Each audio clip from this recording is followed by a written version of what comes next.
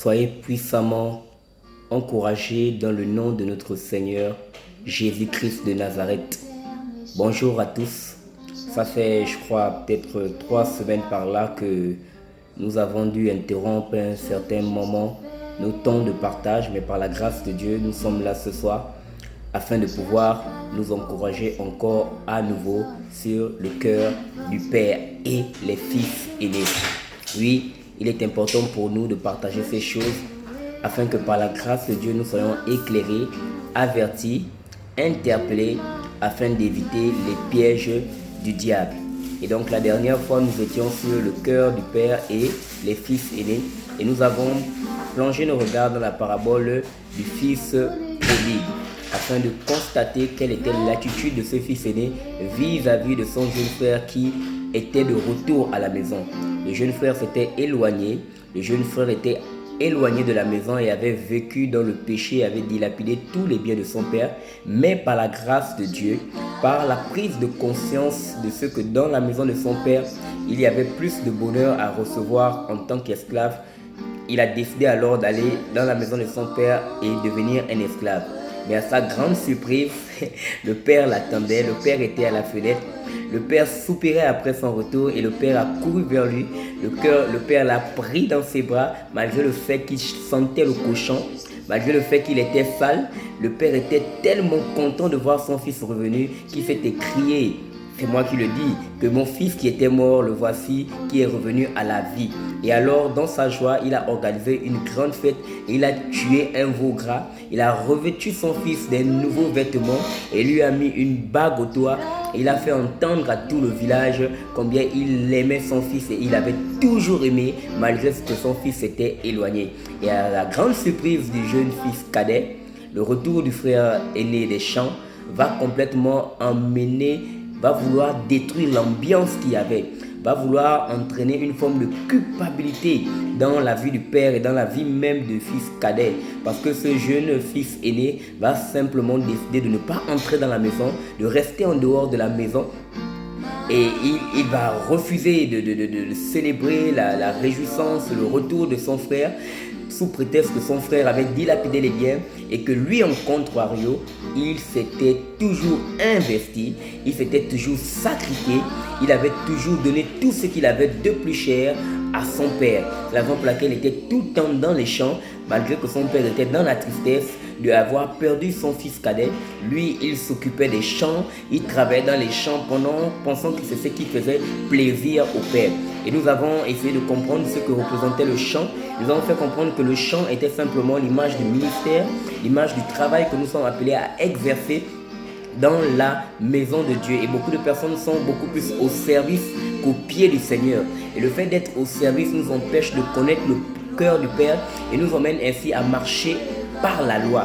Et quand vous voyez ce jeune fils cadet, lorsqu'il va se mettre à réclamer le fait que le père n'avait jamais fait cela pour lui, il dit: mais il y a si longtemps que je suis avec toi, mais tu ne m'as jamais permis de prendre un veau afin de me réjouir avec mes amis. Le père va lui faire comprendre que: mais mon fils, il y a si longtemps que tu es avec moi, mais tu n'as pas compris que ce qui est à moi est à toi. Et c'était là qu'il va réaliser que donc ce qui était au père était à moi. Et donc dans son intimité, dans sa relation avec Dieu, il n'avait jamais compris ça. Pourquoi? Simplement, il n'était pas en relation avec Dieu, il était éloigné de Dieu. Il était beaucoup plus dans les choses de Dieu, sans Dieu. Et c'est la raison pour laquelle il ne connaissait pas quelle était réellement la volonté de Dieu, quel était réellement le fardeau de Dieu vis-à-vis des âmes. Et dans cette génération dans laquelle nous sommes dans les églises, beaucoup d'hommes et de femmes, à cause de leur manquement, à cause de leur faiblesse, à cause de leur erreur, rencontrent des fils aînés, des hommes et des femmes qui marchent au travers de la loi. Et parce qu'ils marchent par la loi, c'est: tu ne tueras pas, tu ne voleras pas, tu ne tricheras pas, etc., etc. De telle sorte que eux s'efforçant d'appliquer ces choses dans leur vie. Regardons de l'autre côté des hommes et des femmes qui ne parviennent pas à faire la même chose. Ils se disent: non, ce n'est pas normal, ils font exprès, c'est des pécheurs, de toute façon ils vont aller en enfer, ils vont se perdre. Et je crois que nous sommes arrêtés là. Et nous avons vu dans l'une des phrases du fils aîné, nous avons ressorti un aspect de la loi, un commandement qui consistait à dire que tu aimeras ton prochain comme toi-même. Il va simplement dire au Père que j'ai obéi à tous tes commandements. Depuis que nous sommes ensemble, je n'ai point transgressé tes lois, je n'ai cessé de t'obéir. Et dans cette parabole, nous avons dit que le Père était l'image de Christ. Le Père était l'image de Christ. Et donc quand il s'exprimait, ce jeune frère aîné, il était littéralement en train de dire: Seigneur, j'ai toujours fait ta volonté, j'ai toujours obéi à ta volonté. Et là, quand nous sommes allés dans la parabole que nous allons, par la grâce de Dieu, étudier ce soir, nous sommes allés dans la parabole du bon samaritain. Nous avons compris dans la parole du bon samaritain que le premier des commandements, le tout premier des commandements que Dieu a donné aux hommes, c'est: tu aimeras le Seigneur ton Dieu de tout ton cœur, de toute ton âme et de toute ta force. Et le second qui lui est semblable, c'est que tu aimeras ton prochain comme toi-même. Et Jésus va nous donner une bonne illustration du prochain.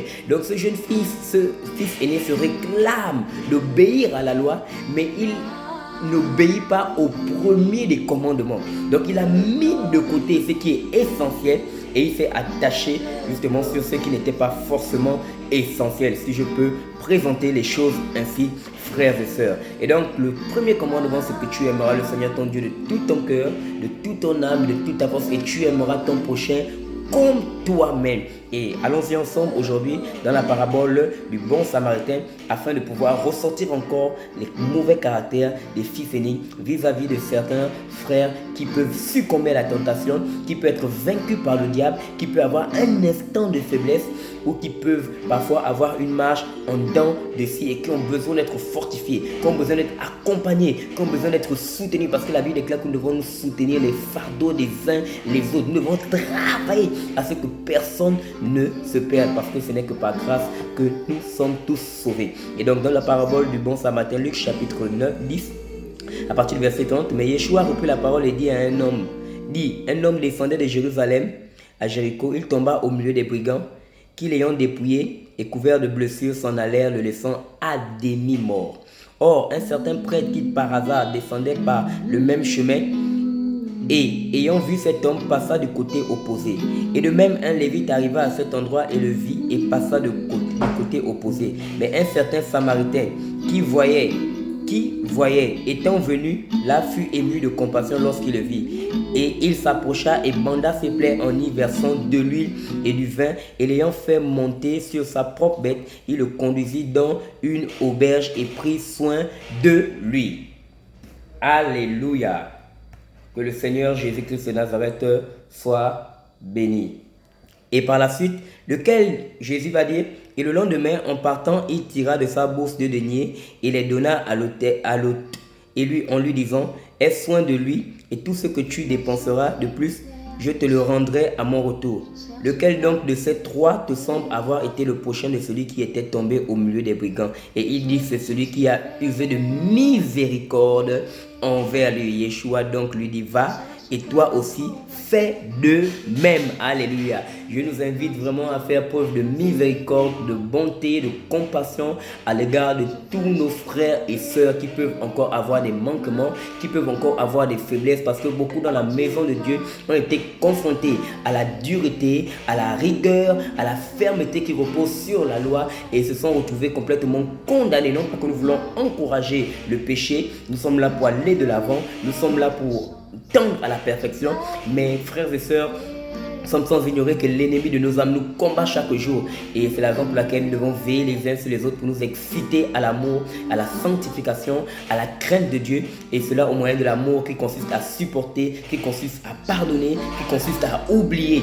Et donc dans cette parabole, nous voyons justement un homme qui s'est fait déposséder de ses biens, un homme qui s'est fait agresser, et c'est l'image de beaucoup d'enfants de Dieu qui, dans leur marche, se font attaquer par les brigands. Les brigands ici représentent simplement l'ennemi de nos âmes. Ils se font attaquer par les brigands. Ils se font déposséder parce qu'à un moment donné, ils ont manqué de vigilance. Parce qu'à un moment donné, ils n'ont pas été attentifs. Parce qu'à un moment donné, ils ont été peut-être naïfs. Ils ont fait confiance à quelqu'un qui les a complètement séduits et perdus. Mais dans leur cœur, au fond de leur cœur, il y a réellement une semence de Dieu. Au fond de leur cœur, il y a réellement un désir ardent de craindre le Seigneur.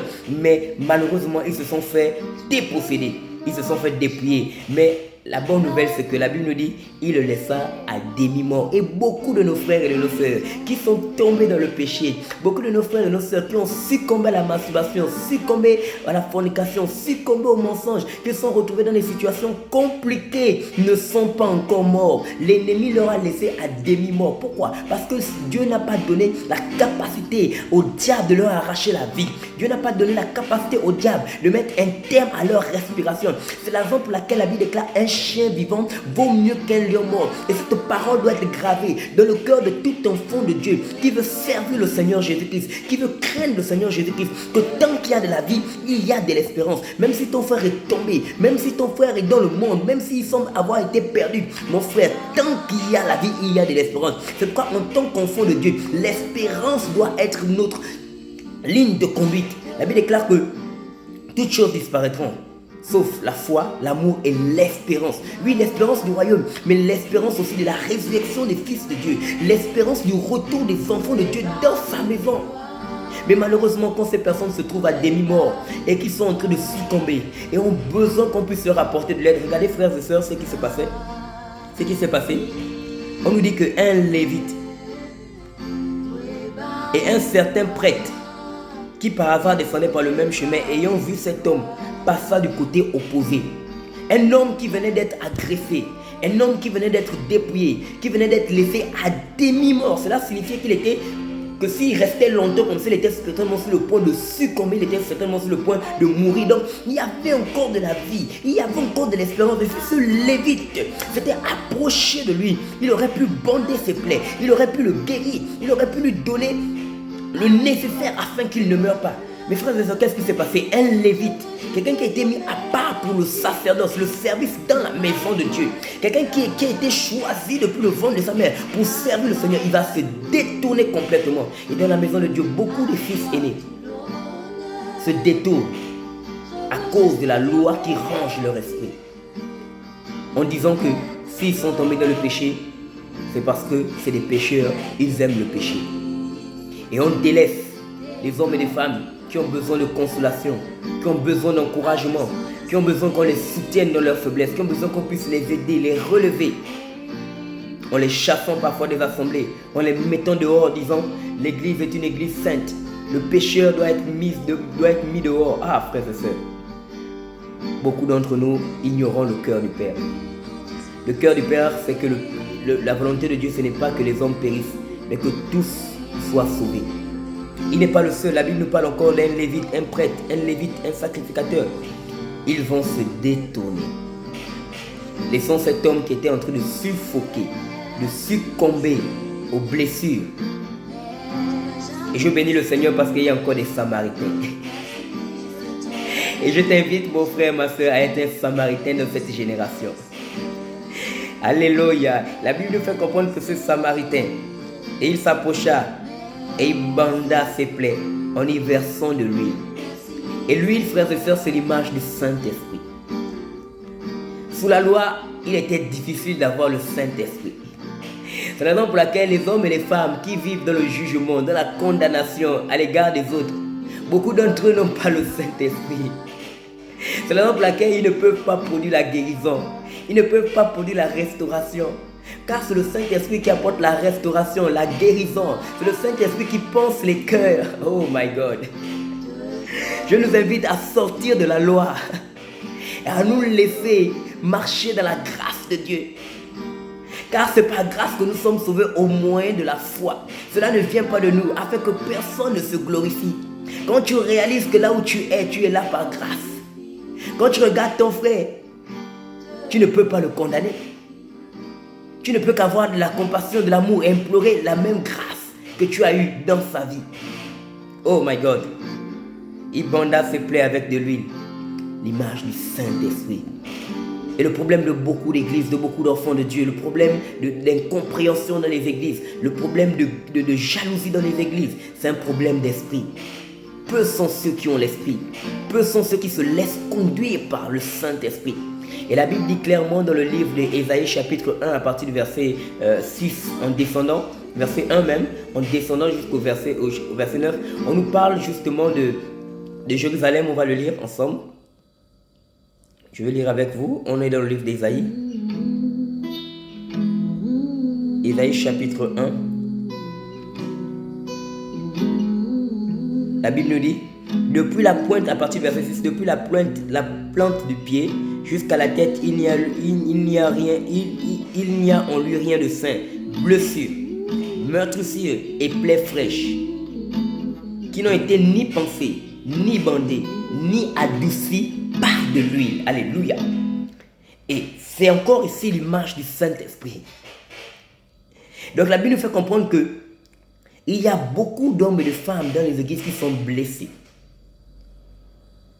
qui sont meurtris, qui ont des plaies fraîches, qui n'ont été ni pensées ni bandées, tout simplement, frères et sœurs, parce qu'il manque de l'huile. Tout simplement parce qu'il manque de l'huile dans les églises pour apporter la guérison, pour apporter la restauration. Et donc, je nous invite par la grâce de Dieu à vivre sous la grâce afin d'être conduit par l'Esprit de Dieu. Car sans l'Esprit de Dieu, il nous est impossible d'apporter la guérison, la restauration et la délivrance. Et beaucoup d'enfants de Dieu n'ont été ni pensés, ni blessés, ni adoucis. C'était le cas de ce Samaritain. Il avait été attaqué, il avait été blessé, il avait été dépouillé. Et le sacrificateur est passé sans penser ses blessures. Le Lévite est passé sans penser ses blessures. Et un bon Samaritain, un homme qui n'était pas connu, un homme qui n'avait pas de titres. Et ça, le problème, la différence dans cette parabole, c'est que les autres sont présentés comme des hommes qui ont des titres. C'est des Lévites, c'est des prêtres. Mais lui, c'était quelqu'un d'inconnu, un simple Samaritain.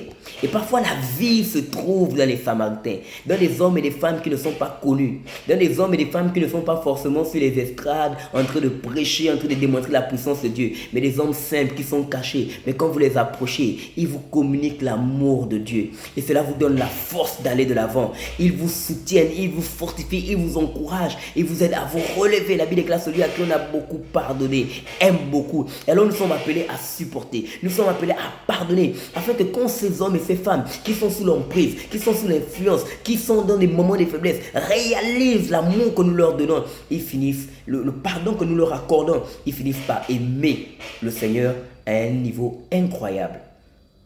Et donc, nous allons dans le livre d'Ecclésiaste, Ecclésiaste chapitre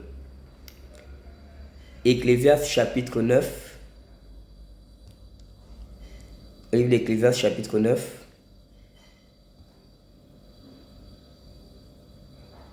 Allons ce que les Écritures nous disent à partir du verset 8. La Bible dit, à partir du verset 8, que tes vêtements soient blancs en tout temps et que l'huile ne manque pas sur ta tête. La Bible nous invite à constamment avoir de l'huile avec nous, c'est-à-dire la présence du Saint-Esprit. Parce que ce n'est que par le Saint-Esprit que nous sommes capables de prendre des bonnes décisions à l'égard des vies des hommes qui sont peut-être confrontés à un problème, à une situation de péché, etc. Mais si nous n'avons pas le Saint-Esprit, qui est l'esprit de sagesse, qui est l'esprit de discernement, qui est l'esprit de connaissance, qui est l'esprit de révélation, comment est-ce que nous serons capables de juger, d'encadrer, d'accompagner des hommes et des femmes à être à l'image et la stature parfaite de Christ? Christ lui-même savait qu'en laissant les disciples, il ne pouvait pas ne pas leur donner le Saint-Esprit. Il dit, allez-y, attendez le Saint-Esprit. Parce qu'il était important pour eux que le Saint-Esprit descende. Parce que ce n'est qu'au moyen du Saint-Esprit qu'ils étaient capables d'accompagner ce grand troupeau que Dieu devait les confier. Et il est temps pour nous de rechercher le Saint-Esprit, de rechercher la communion avec le Saint-Esprit, de chercher à nous laisser conduire par le Saint-Esprit, afin que nous puissions manifester l'amour de Dieu au monde. N'oubliez pas, frères et sœurs, que la Bible déclare que l'amour de Dieu est manifesté dans nos cœurs par le Saint-Esprit. Et si nous n'avons pas le Saint-Esprit, nous allons simplement porter le jugement d'homme. Et en l'homme, il y a quoi? Il y a l'orgueil. En l'homme, il y a quoi? Il n'y a que l'arrogance. En l'homme, il n'y a que le mépris. En l'homme, il n'y a que tout ce qui est mauvais vis-à-vis de son frère. Et malheureusement, dans beaucoup d'églises, les fils aînés, qui ont fait des chemins et voient d'autres venir après eux, tâtonner, boiteux, sont pour la plupart comme ce fils cadet, comme ce fils aîné dans la parabole du fils prodigue. Ils disent, Père, j'ai garder tes commandements. Mais celui-ci a gaspillé tes biens avec les prostituées. Et quand il est revenu, tu ne l'as pas chassé. Quand il est revenu, tu ne l'as pas exclu. Quand il est revenu, tu ne l'as pas exposé. Quand il est revenu, tu ne l'as pas puni. Oh, frères et sœurs, il ne connaissait pas le cœur du Père. Pourquoi? Parce qu'il marchait sous la loi. Parce qu'il était tourné beaucoup plus vers le service que vers la communion, l'intimité avec le cœur du Père. Le Saint-Esprit sonde même les profondeurs de Dieu. C'est pourquoi quand nous avons une communion avec le Saint-Esprit, il nous emmène à connaître les besoins de Dieu. Il nous emmène à connaître les désirs véritables et profonds du Seigneur Jésus-Christ de Nazareth à l'égard des hommes. La Bible dit dans le livre de Jean 3,16, Dieu a tant aimé le monde qu'il a donné son Fils unique, afin que quiconque croit en lui ne périsse pas, mais qu'il ait la vie éternelle. Et donc Dieu a accepté de devenir un homme pour descendre dans un monde de pécheurs, sachant qu'il allait être rejeté, sachant qu'il allait être incompris, sachant qu'il allait être méprisé. Mais il est quand même descendu. Il est descendu. Pourquoi? Parce qu'il s'est dit, mon amour. Lorsque les hommes ouvriront les yeux et contempleront mon amour, le péché ne sera plus un obstacle. Le péché ne sera plus une chaîne. Le péché n'aura plus pouvoir sur eux. La puissance contre le péché, c'est l'amour. La puissance contre le péché, c'est la manifestation du cœur de Dieu. La puissance contre toutes les situations qui peuvent être difficiles, c'est l'amour, car le cœur de l'homme a un vide en forme de Dieu, que seul l'amour de Dieu peut combler. Et lorsque l'amour de Dieu entre dans le cœur d'un homme, cet homme devient un héros, cet homme devient un passionné, cet homme devient un guerrier qui lutte désormais contre le péché. C'est pourquoi je nous invite dans le nom de Jésus-Christ de Nazareth à connaître le cœur du Père. Et ce, au moyen de la communion avec le Saint-Esprit. Que la gloire soit rendue à notre Seigneur Jésus-Christ de Nazareth. Alléluia. Guéri restaure en vivant les morts. Mon plus grand trésor, c'est l'amour de notre Père. Ceux qui dévorent, baptise-moi encore. Esprit à mes corps, l'amour de notre Père. Sois fortifié mon frère, toi qui es tombé. Sois fortifié ma soeur, toi qui es incomprise. Sois fortifié mon frère, toi qui as été blessé. Toi dont les blessures n'ont pas été pensées, dont les blessures n'ont pas été adoucies. Je déclare au nom de Jésus que la parole prophétique, la parole puissante qui vient d'en haut, du royaume des cieux, qui est imbibée de l'huile, vienne te guérir, vienne te restaurer, vienne te relever, vienne te fortifier au nom de Jésus. Ne regarde pas ce que les hommes disent, mais regarde à celui qui a donné sa vie à la croix, alors que tu étais encore pécheur, alors que tu fumais le chanvre, alors que tu étais impoli, alors que tu braquais. Il n'a pas hésité à donner sa vie pour toi. La Bible déclare que Dieu prouve son amour envers les hommes, en ce sens que lorsqu'ils étaient encore pécheurs, Christ est mort pour eux. Reçois l'amour de Dieu dans le nom de Jésus-Christ de Nazareth.